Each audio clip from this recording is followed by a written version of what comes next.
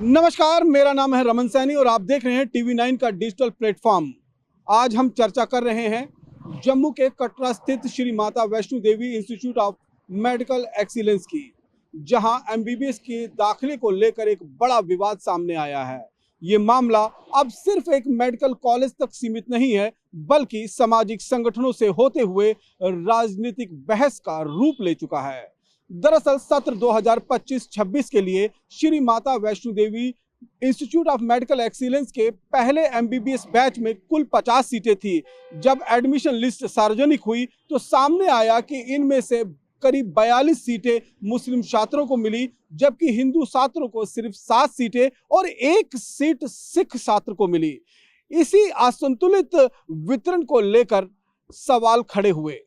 कई हिंदू संगठनों ने इसे चिंता का विषय बताया और कहा कि ये आंकड़ा अपने आप में कई सवाल खड़े करता है। उनका तर्क है कि जब किसी संस्थान में एक ही समुदाय का इतना बड़ा प्रतिनिधित्व दिखाई देता है तो पारदर्शिता और संतुलन पर चर्चा होना स्वाभाविक है।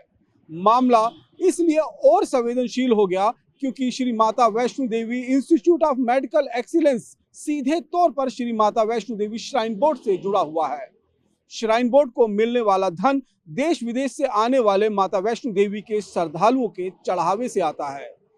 विरोध कर रहे संगठनों का कहना है कि जब किसी संस्थान का संचालन श्रद्धालुओं के आस्था और उनके दान से हो रहा हो तो वहां जवाबदेही, पारदर्शिता और संतुलन बेहद ज्यादा जरूरी हो जाता है। उनका आरोप है कि श्रद्धालुओं के धन से चलने वाला संस्थान में इस तरीके की असमान प्रतिनिधित्व कई लोगों की भावनाओं को ठेस पहुंचाता है। दाखिले के बाद बढ़ते असंतोष के बीच जम्मू में 60 से ज्यादा धार्मिक, सामाजिक और व्यापारिक संगठनों ने मिलकर एक साझा मंच बनाया, जिसका नाम रखा गया श्री माता वैष्णो देवी संघर्ष समिति। इस समिति का उद्देश्य इस पूरे मामले को एकजुट होकर उठाना और सरकार पर दबाव बनाना था। बताया जा रहा है कि समिति का कहना है कि ये सिर्फ सीटों का मामला नहीं है, बल्कि श्रद्धा, संसाधनों और संस्थानों के सही उपयोगों से जुड़ा हुआ सवाल है। संघर्ष समिति की प्रमुख मांग है कि MBBS दाखिले की प्रक्रिया की निष्पक्ष और स्वतंत्र जांच कराई जाए। समिति का यह भी कहना है कि श्राइन बोर्ड के धन का उपयोग हिंदू सांस्कृतिक और परंपरा से जुड़े कार्यों जैसे गुरुकुल, योग केंद्र, संस्कृत शिक्षा और सांस्कृतिक संस्थानों से जुड़े हुए कामों में किया जाना चाहिए, न कि किसी एक समुदाय को अप्रत्यक्ष रूप को लाभ पहुंचाने के आरोप के घेरे में आने के लिए। हालांकि दूसरे ओर कॉलेज प्रशासन और एडमिशन कमेटी ने इन सभी आरोपों को सिरे से खारिज किया है। प्रशासन ने स्पष्ट कहा है कि MBBS में सभी दाखिले पूरी तरीके से नीट के मेरिट और तय नियमों के अनुसार किए गए हैं। उनके मुताबिक दाखिला प्रक्रिया और धर्म, जाति और समुदाय का कोई आधार नहीं है। कॉलेज प्रशासन का दावा है कि सीटों का ये वितरण सिर्फ और सिर्फ छात्रों को अंकों का नतीजा है और न किसी तरह का पक्षपात और या भेदभाव वाली नीति का।